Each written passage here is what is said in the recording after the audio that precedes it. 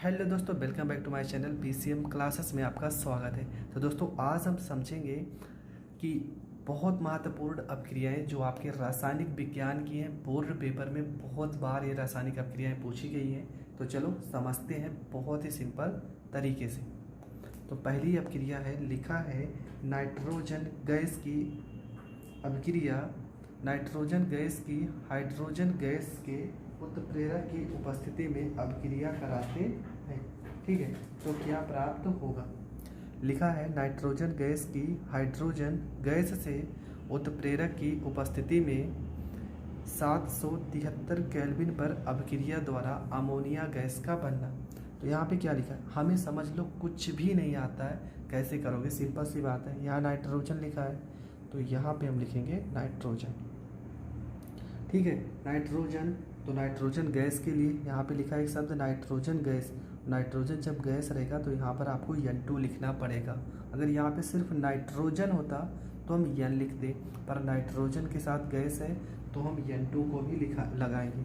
Nitrogen क्या है? Nitrogen एक गैस है, मतलब यहाँ पे G भी लिख सकते हैं, वो लिखो आप या ना लिखो कोई दिक्कत नहीं है। प्लस हाइड्रोजन, हाइड्रोजन के लिए होता है H, पर यहाँ पे गैस लिखा है तो यहाँ पे 2 लगाएंगे और यहाँ पर भी हम लगा देंगे G। क्यों? क्योंकि ये गैस है। अगर इसकी अपक्रिया कराते हैं कितने केल्विन के ताप पर?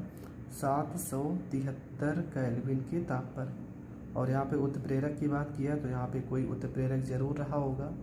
उत्प्रेरक की उपस्थिति में अपक्रिया कराते हैं तो क्या बनना चाहिए? बनना चाहिए अमोनिया। अमोनिया का फार्मूला होता है NH3, और अमोनिया भी क्या है? तो अमोनिया भी आपका क्या है? ये आपका गैस है। यहाँ पे N 2 लोग हैं, यहाँ पे N अकेला है, तो यहाँ पे हम 2 से करेंगे गुणा।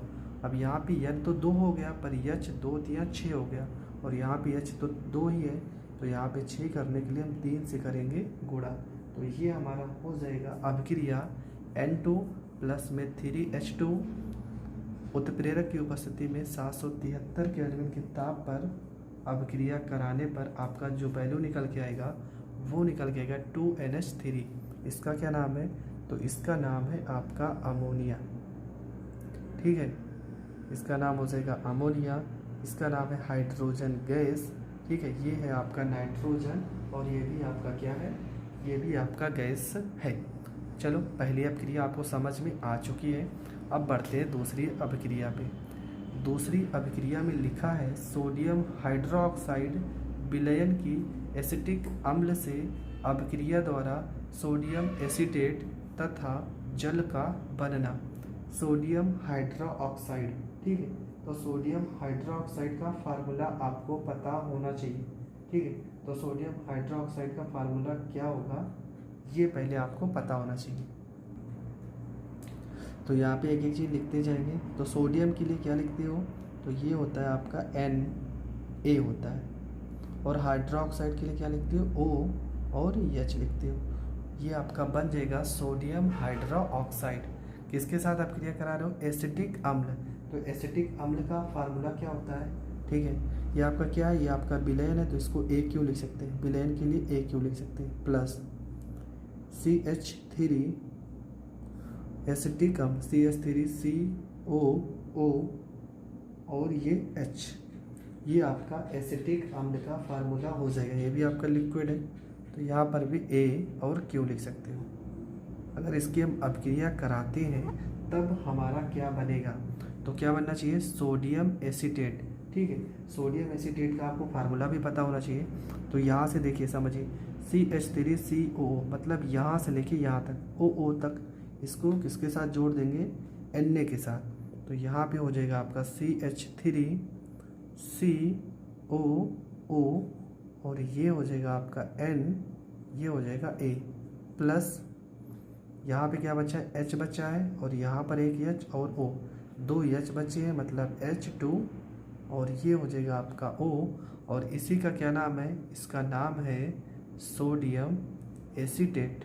ठीक है, क्या नाम है इसका? Sodium acetate. और ये आपका जल है, इसका क्या नाम है? ये है आपका एसिटिक अम्ल, और ये है आपका सोडियम हाइड्रोक्साइड। और इसका क्या, कौन सी चीज़ है? तो ये भी आपका एक्विड है, ये भी एक्विड है और ये भी एक्विड है। वो आप लिखो या ना लिखो, आपको लिख भी देना लास्ट में कि सोडियम हाइड्रोक्साइड को एसिटिक अम्ल के साथ अभिक्रिया कराने पर सोडियम एसीटेट और जल प्राप्त होता है। चलो अगली रिएक्शन देखते हैं। लिखा यहाँ पे एथेनॉल को एथेनोइक अम्ल के साथ सांद्र सल्फ्यूरिक अम्ल H2SO4 की उपस्थिति में गर्म करने पर एथिल एसीटेट बनता है। एथेनॉल किसका IUPAC नेम है, तो ये है एथिल एल्कोहल का। ठीक है, तो एथिल एल्कोहल का फार्मूला होता है C2H5 और यहाँ पे हो जाएगा आपका O और ये हो जाएगा आपका H। ठीक है, प्लस में एथेनोइक अम्ल। एथेनोइक अम्ल ये भी किसका नाम IUPAC नेम है, एसिटिक अम्ल का।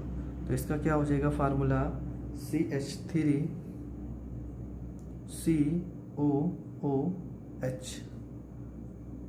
ठीक है, तो यहाँ पे क्या बनना चाहिए, एथिल एसीटेट बनना चाहिए।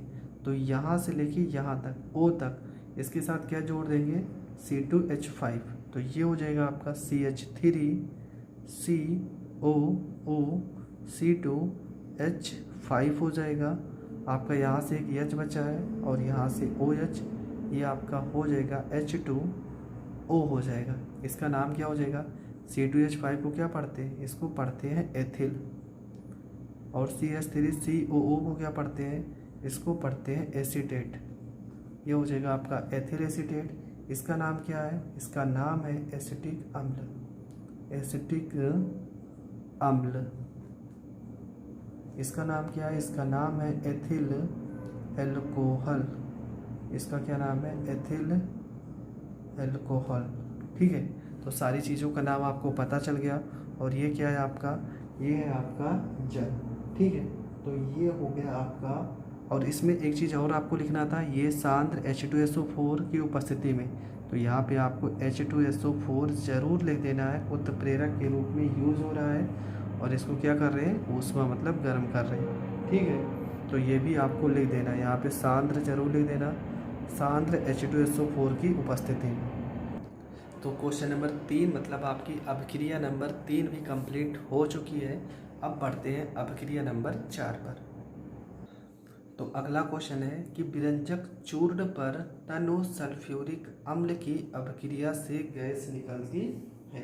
ठीक है, तो चलो इस क्वेश्चन को करते हैं। विरंजक चूर्ण का फार्मूला पहले पता होना चाहिए, क्या होता है अणु सूत्र, तो ये होता है CaOCl2। ये होता है विरंजक चूर्ण का अणु सूत्र। ठीक है, किसकी उपस्थिति में, तो सल्फ्यूरिक अम्ल। तो ये हो जाएगा आपका H2SO4। अम्लों का राजा किसको बोलते हैं, सल्फ्यूरिक अम्ल को।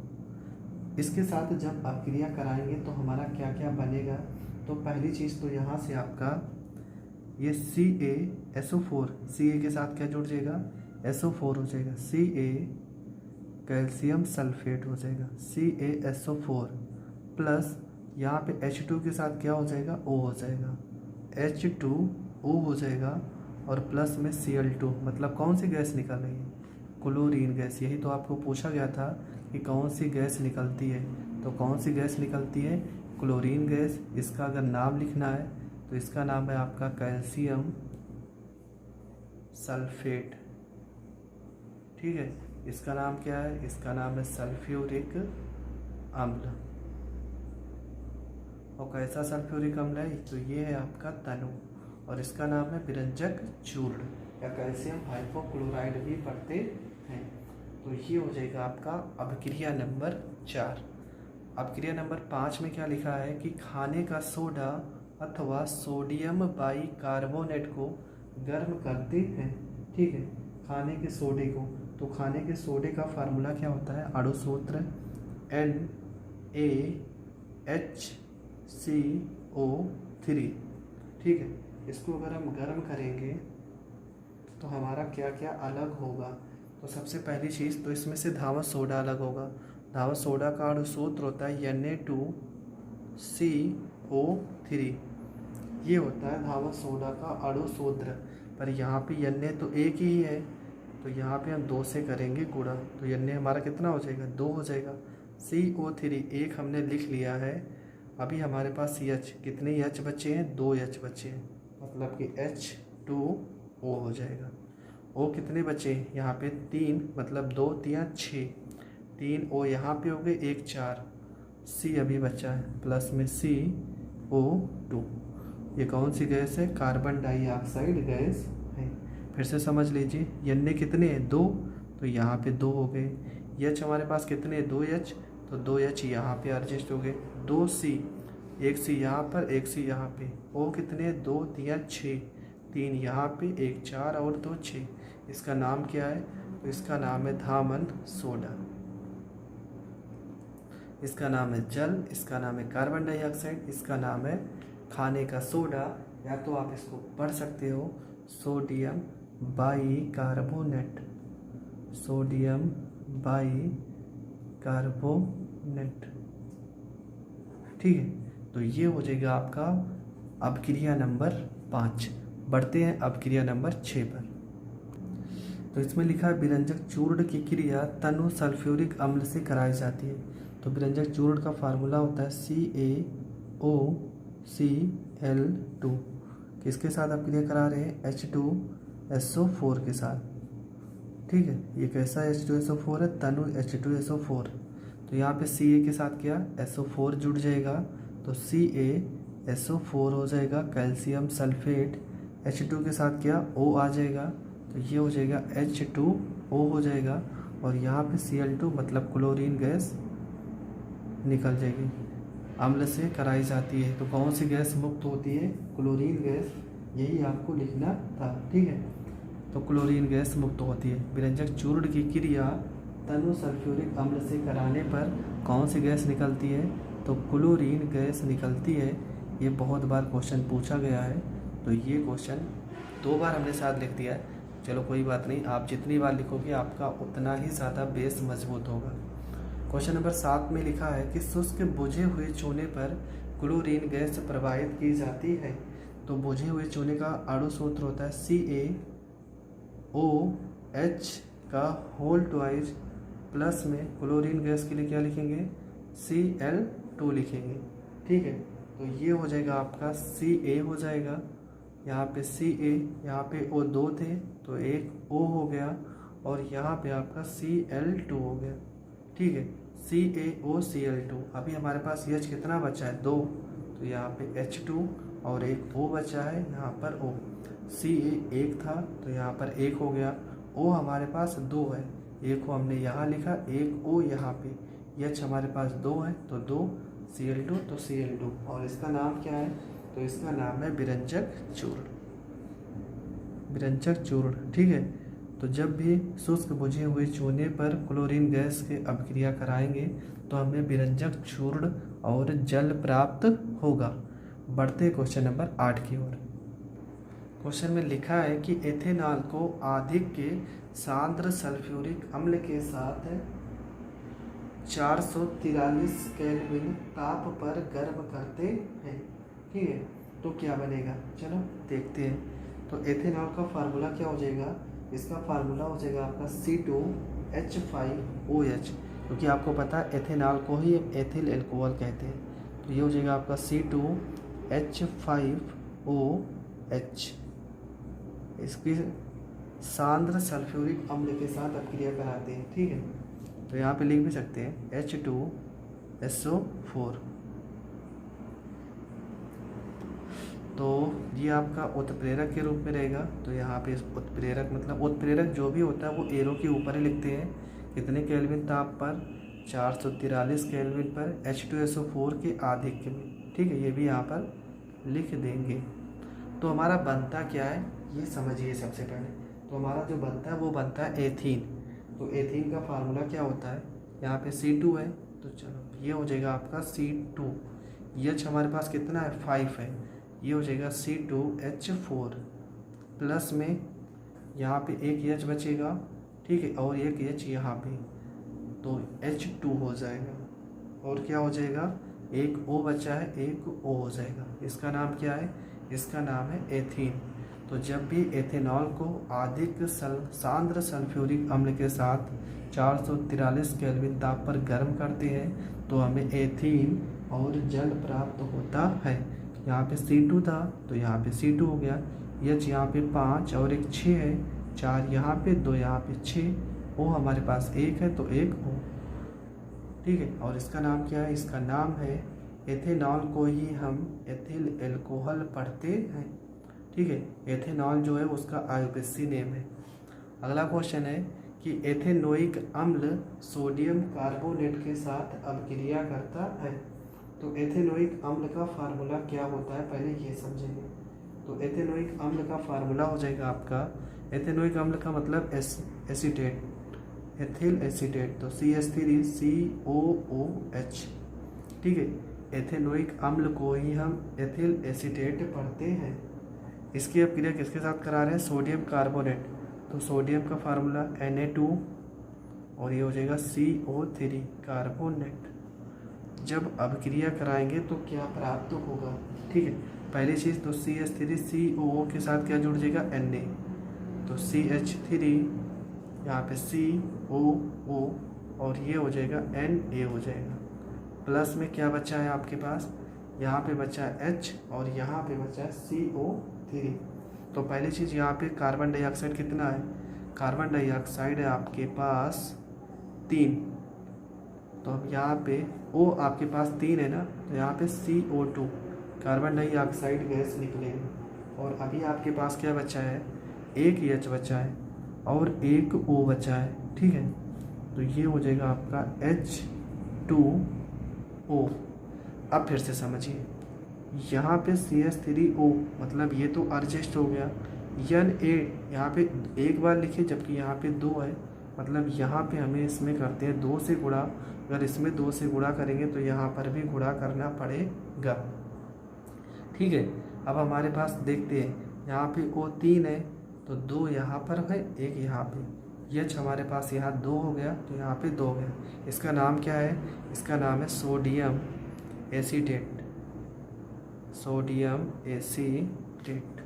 ठीक है, इसका नाम क्या है? सोडियम कार्बोनेट और इसका नाम है एथिल एसीटेट, एथिल एसीटेट।